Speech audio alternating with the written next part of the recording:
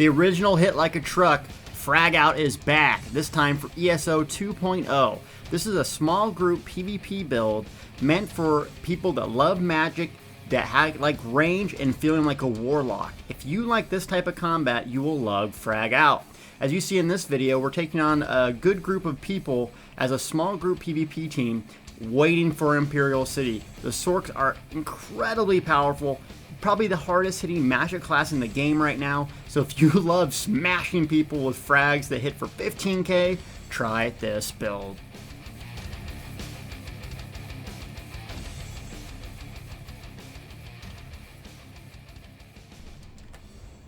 Hello gang, and welcome to Deltia from DeltiasGaming.com, here to do an update to the Frag Out Sorc PvP build. It's been a long time since I updated this build and a lot has changed, but the still things apply. Streak is awesome, frag is awesome, and it's fun to hit someone in the face with it. So let's talk about skills first and what makes this build tick.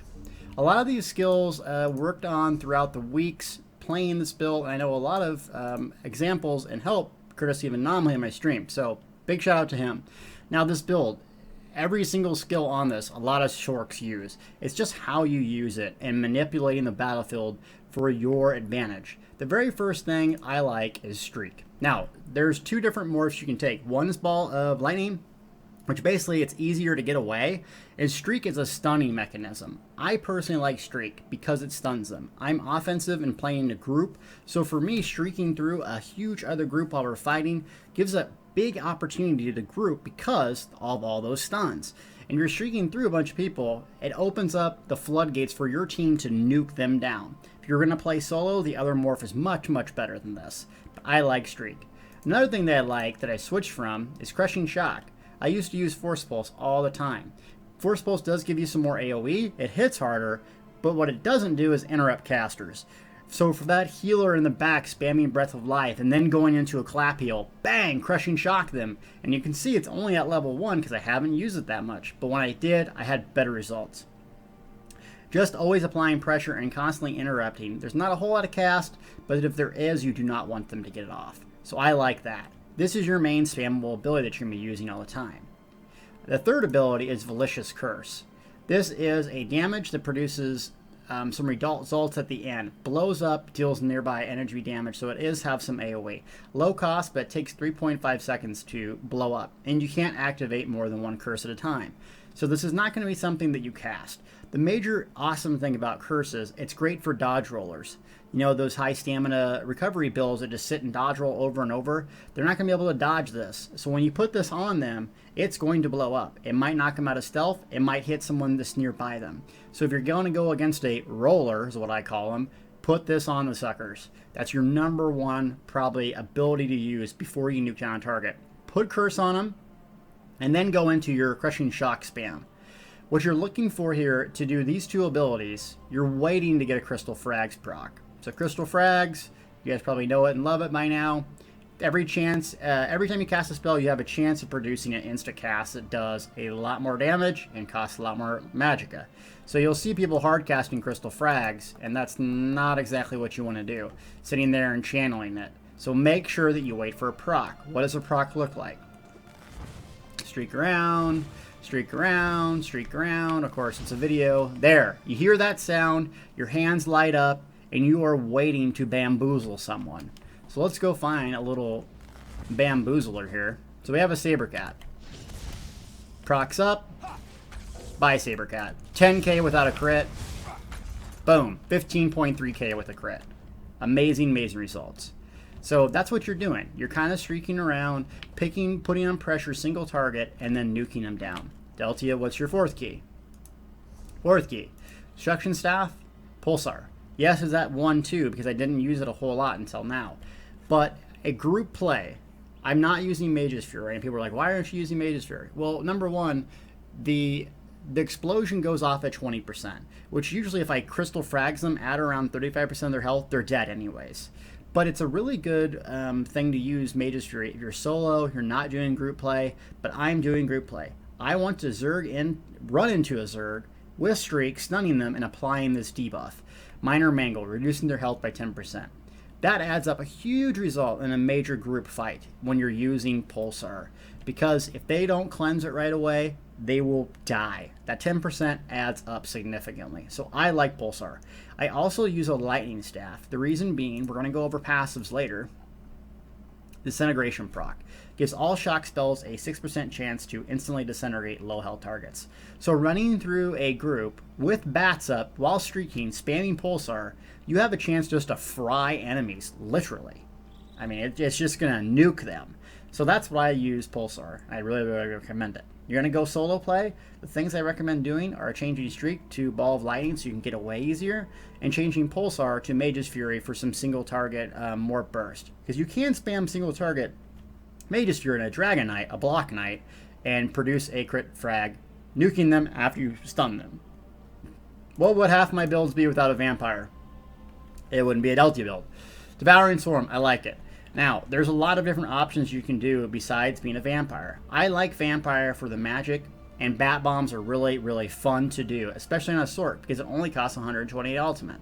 So using the low ultimate cost for me makes this a win. It also gives me massive heals. So if I'm in an oh crap moment, don't have any magic to cast my wards in a rare situation, I'm going to drop Bats, and then I'm going to streak away if I can. You can go Werewolf as well. Werewolf's great for the extra stamina recovery, and it doesn't have the major downsides that Vampire does. But for me, I just like Vampire in this game right now. You sneak faster, you get tons of resource regeneration through supernatural recovery, and Undeath is amazing. Undeath goes really well with a Sorcerer because the lower health you get, the harder it is to kill you. Why does that go well with a Sorcerer? Well, Bar 2. Segue. Bar 2 is all about wards. Wards, defense, locking and blocking. Actually, you don't even block as a Sorc. Your number one thing to do on this back bar is keep up your wards. So I have 3. This is Harness Magicka. It's going to give me back Magicka and defend myself against Magicka. This is Hardened Ward. Hardened Ward gives me a huge monster bubble that would affect against any damage. And this is Healing Ward. Essentially, when my health runs out or gets really, really low, it'll put a huge bubble on it.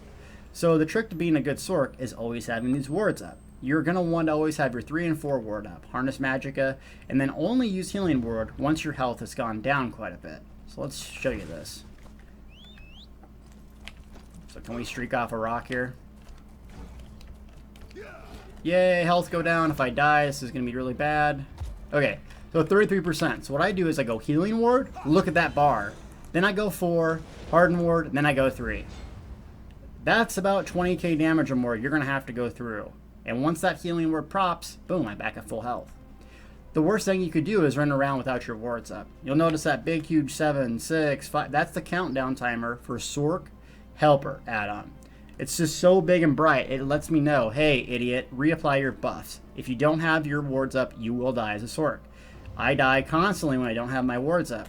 And I have to tell myself, Delta, bar swap wards, bar swap wards. So you're bar swapping, wards, you're going back on the offensive, streaking around. As soon as your wards stop, believe me, reapply them. So the wards we're using, one is in the Restoration Staff, Healing Ward. So the shield strengthens based on the severity of your wounds. That's what goes great with Undeath, being a Vampire. You're going to be harder and harder to kill, giving you more time to apply your Healing Ward, heal back to full. That's your number 1 ward. Your number 2 is Hardened Ward, Daedric Summoning. This 10,000 damage, look at that, almost 11k. And you can absorb 33% more damage. Amazing. Last ward is Harness Magicka. This is based on the max, the amount of light armor that you have. So a 25% bonus, I'm only wearing 5 pieces. 12,000 spell damage, up for 24 seconds. So these last quite a bit, a long time. Another trick. If you look at my bar there, my health bar, 100%, you'll notice when I apply a ward, it lights up purple.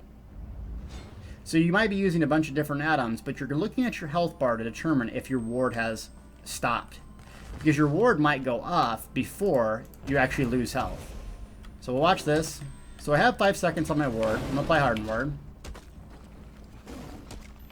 This is how powerful Hardened Ward is. So you look at my health bar, now it's turning a little bit red. A little bit red, see that? Now it's gone. So the timer might show that the ward is still up, but it's really not.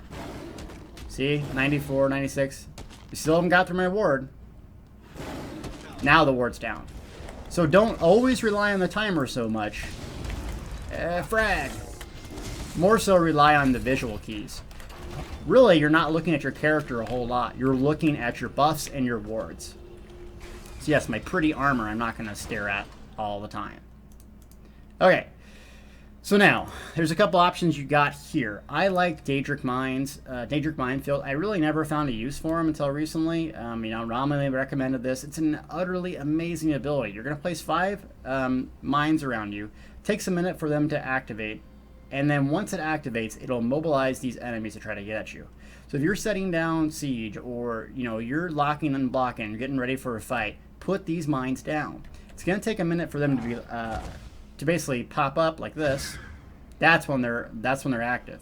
So those Nightblades that want to jump in and nuke you, those Dragonites that want to charge you, this is how you defend against them. Once they're immobilized, streak through them. Go and then go back to it. Once they come to you again, go back to it. Stand right here. They have to streak through you or come to you, and it's going to pop them. So, Daedric Mines, I think, is a must-have. Now, I have streak on both bars. You have some flexibility here. I'm not the best Sorc in the world, though I pretend to be one, and I stayed at Holiday Inn Express. That's a joke. But the reason I put streak on both bars is I find myself dying more so if I have to bar swap all the time to streak, then apply a ward, streak, apply wards. So what I like to do is, if there's like 30 people running towards me, and I'm about dead, I'll do a harden ward, streak. Or a healing ward, streak. Harden ward, streak. Healing ward, and I just keep reapplying them. But I have streak on that bar, otherwise you lose about a 0.5 of a second to keep on casting. So if you're super proficient at it, unlike me, you could swap a skill out here. I don't do it because I'm just not God's gift to Sorcs right now. I'm just not. But you could do Liquid Lightning, you could do Power Surge, or of course you could do Entropy, Structure Entropy. This is where you get the major sorcery buff spell damage. I use potions for this, like in a lot of my other videos. But if you didn't want to use that, you could do it. In fact, there's a really good combination of Structured Entropy, which is the Structured Entropy Crystal Frags deal. If you go down here, Might of the Guild, you're going to get Empowering for 5 seconds once you activate any mage skill ability. So, including Crystal Frags. So what you can do if you're really proficient at bar swapping, you basically streak around until you have a C Frags pop, go back to bar 2, switch bars, then do it. That hit for 19.2k. That hit way harder than 15, right? But it's not that easy to pull off. Because in combat, especially in the frame rate lag situation that is Cyrodiil, bar swaps are very hard. If you're out soloing, doing your own thing, and you're taking on 1 or 2 enemies at a time, it's a great combo. If you're Zerg fighting, you know, group play, I don't do it because bar swap is just not reliable with lag. That's a really good combo though. But it takes a lot of skill, and it's very hard to pull off. Last ability I use, Absorption Field. Yes, good old negate. Still works, and it gives them some good resource recovery. Oftentimes I put a negate down and streak through it. So at a choke point, or let's say they put a bunch of ultimates down, streak, and then I'll bar swap streak. So I'll get that buff from going through the Absorption Field just by applying it and streaking through it. There's a million different ultimates that you can use. For instance, you can use Storm Atronach. So you throw it down in the middle of the field, especially if you're solo or like, you know, doing your own thing fighting. This is incredibly powerful. There's also another trick with Energy Overload. So apparently, Anomaly also showed me that you can use Inner Light or your Bound Armor without actually having on your bar. Delta, you're lying. No, I'm not. Let me show you. Come on. Yeah, I know. Oblivion, we're scared. I need some ultimate. Alright, Storm Atronach. Delta, why aren't your wards up? See? Told you guys. Wards, mine. Entropy, go. And do a Crushing Shock. Come on, Stormo. Do I have enough to do Overload? Yes. Okay. So Overload, you know from other videos, you turn it on, you get access to a 3rd bar. Yes, that's correct. A 3rd bar. So what you can do if you're tricky, you can put it on here. And if you activate Inner Light, then turn it off within like 1 second, you can actually keep the buff. So it takes me a minute to get this, so stick with me. But essentially you see my spell crit, 32%. Let's try it. So did we get it? No. It's easier to do for me just to visually recognize it with bound armor, but you can only do one, inner light or bound armor. Let's try it here. Oop, almost got it. Bang, right there. So look, I get the buff of bound armor. Look at my magic, 31,000 magic, without actually having it on my bar. So, if you want to do that trick, you can. You can even swap in the ability if you want to. Just know that when you die, it goes back. But yes, that's a trick. I don't know if that's an exploit or working as a tenant or whatever, so, but I'm just letting you know it exists. ZOS nerf Sorcs, they're powerful. So walking around with 31k Magicka and having these wards stacking, you are going to be hard-pressed to kill me. But I've got a lot of million questions basically on Deltia. What passives do you take and why? That's what I want to cover right now. So I really wanted to make this video last quite a while because I like the Sorc and I think Frag Out is here to stay for a very long time. So I want to take extra time to answer passives, considering this is probably one of the most brought up questions in all my videos, comments, whatever. So let's talk about passives. I'm not going to go over every single one. Basically, I take everything in Dark Magic, Daedric Summoning, Storm Calling, all the weapons, all of the armor, guilds, even all the vampire stuff, alliance rank, racials. That's a lot of skill points, but I want to talk to you about the priority. And Dark Magic, there's a couple. Unholy Knowledge, I love, and then also Blood Magic. Hitting the enemy with a Dark Magic ability heals you for 8%. So this is how I stayed alive leveling basically throughout the content, is simply just use crystal fragging all the time to get 8% of my health back. Doesn't sound like much, but it's really adds up after a while, especially sitting there crystal fragging over and over and over. These two I think are very important to get right away. Next up, there's really one that I really recommend right away, and that's Power Stone. Reduces the cost of an ultimate by 15%. This is a huge advantage, especially if you're using ultimates outside of the Sorc skill tree. So this will make a difference, especially for those vampires using bats, really cheap bats. Storm Calling, there's so many good things to take in Storm Calling. Capacitor, 10% magic recovery, that's a no-brainer. But also Disintegrate. Gives all shock spells a 6% chance to instantly disintegrate low health targets. This is what procs all the time on your stabs, you know, heavy attacking, your weapon enchant, using Pulsar. It's a game changer for nuking down low health enemies. Highly recommend that. And the Distraction Staff, really, I like this one. So if you're Pulsaring, you're going to get back magic, especially if you're grinding up abilities and characters, you're going to get more magic than it uses. So if you kill someone, Pulsar costs 1800 and you get back 28. Do the math. If you're spamming that, you're going to get more magic than you use half the time. The rest of them are okay, but really this one, the end one, is very good. A couple other ones, I mean, these aren't that important, but I do like the Cycle of Life. Restores an additional 30% magic when you complete a heavy. So if I'm low on magic, I don't sit on my Destruction Staff. I'll go back to my Resto and whip out a heavy charge. Armor, no-brainer, take everything, but the two you want to focus on is Reduce Cost and Recovery. These two will save your life, definitely. Even the Ledgerman, doing Improved Hiding and PvP does help. Magic, or Vampire, Undeath is amazing, and so is Supernatural Recovery, and so on. I use a Breton. Now you can use basically anything you want as a Sorc, because the Sorc has so many Magicka bonuses, but I like Breton because of the reduced Magicka cost. It also has tons of increased Magicka and spell resistance. The spell resistance is utterly amazing. I think this is a great underrated passive right now in the game. Alchemy. I do use medicinal use, 30% longer potions, that does add up. But these are basically the key things to get. You can only get, you know, a couple right off the bat and then be fine. So once again, get a couple here in Dark Magic, Daedric Summoning, Storm Calling, and then your armor and your weapons, and then don't freak out about it until you get to later. I also don't freak out about attribute points. Attribute points are what they are. You can change items and glyphs on your gear, or change your attribute points, or both. So if you want to go all magic, then enchant your gear with health, or if you want to go all magic and enchant your gear with magic, you can. Health is not that important on a sorcerer in PvP. Your bubbles and your wards are. As long as you maintain good bubbles and wards, your max magic dictates how you survive. not your max health like other builds. So keep that in mind.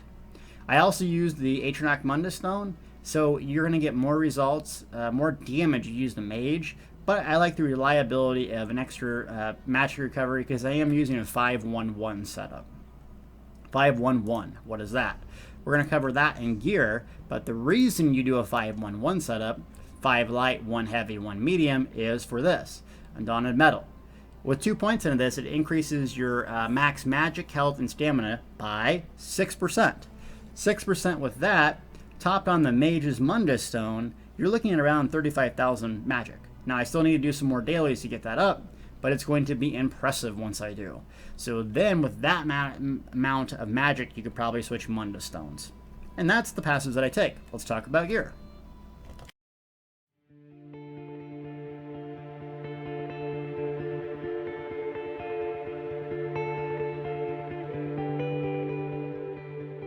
This new add-on I'm showing here is pretty handy. It's called My Build. You have to keybind a key to show what you're wearing and all these little cool passives and armor and stuff. So if you're looking for that, a quick sample sheet of your build in one screen, check out My Build add-on.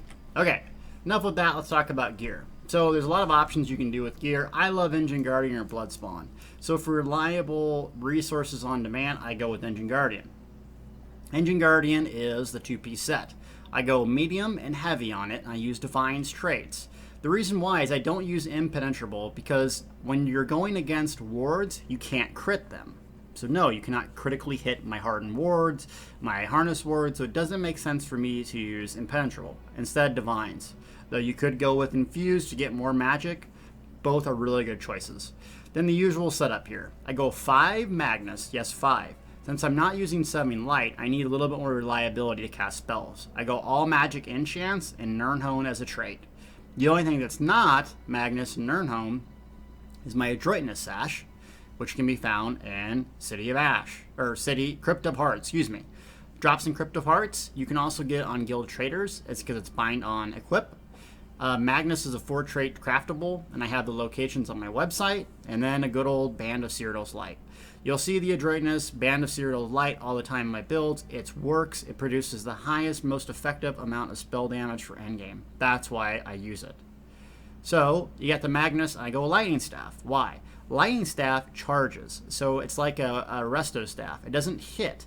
The reason that's important is 1, Sorcs with Disintegration procs, and 2, if you're going up against a Block Knight, you can heavy charge them down. Let me show you the difference. We got an Inferno Staff here, and we got a Lightning Staff. So you'll notice on the Inferno Staff, it shoots a ball like that. Dragon Knights can reflect that. They cannot reflect that. Boom!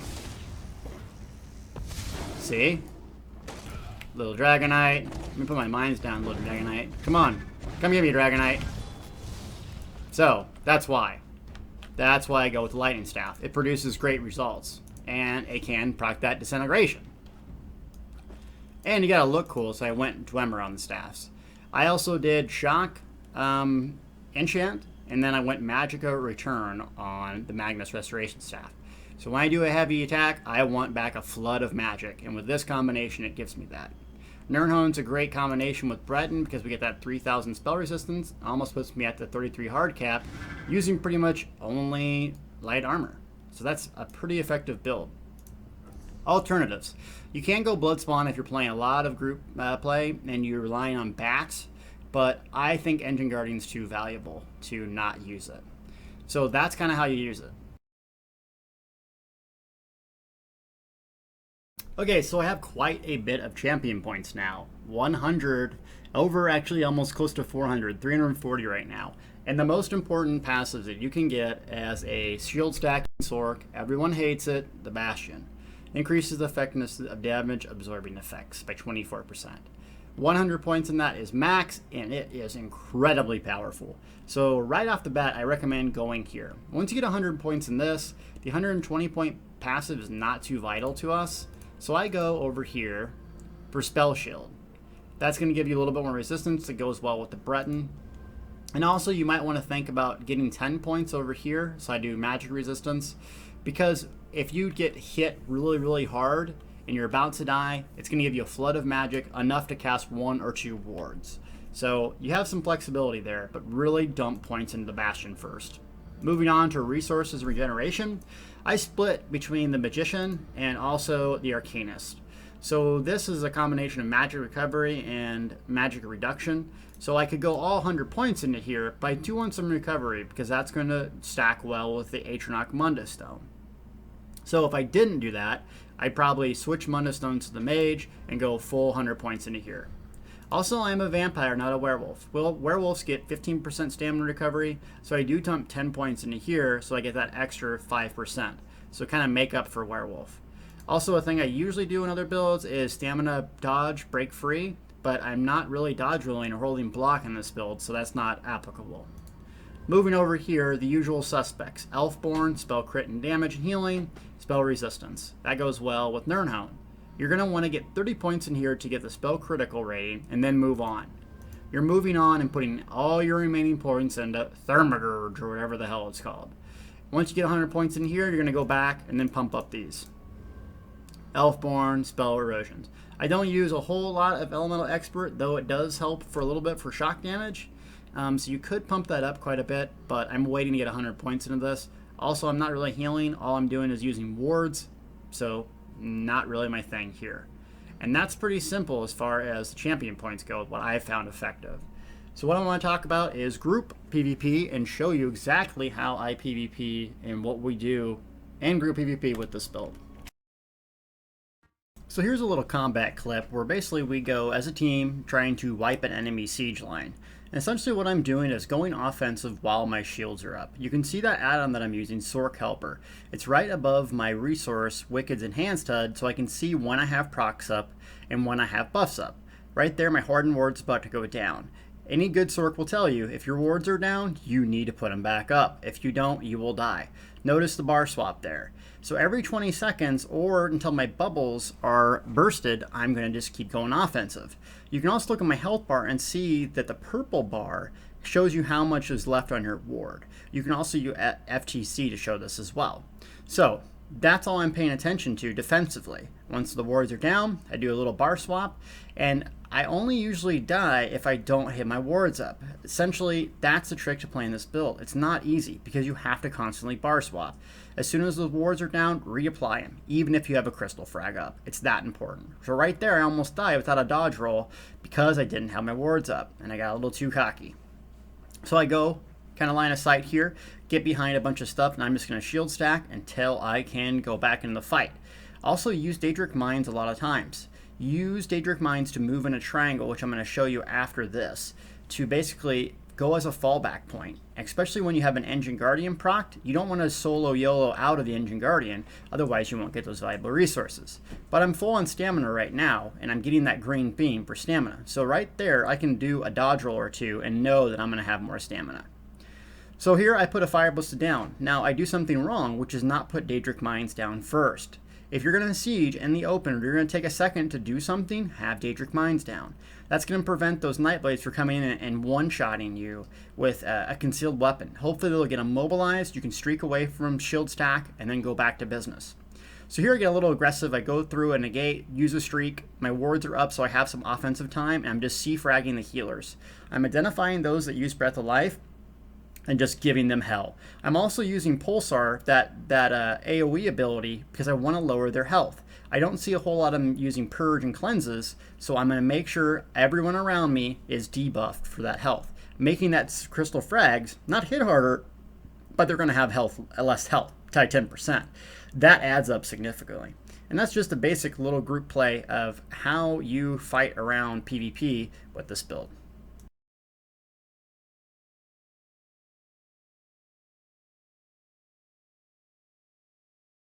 So the triangle, this is an old Phil Jackson's triangle. What I'm doing here is basically streaking around against enemies with two things. My Daedric Mines right here, and then in good old Atronach, where is it at?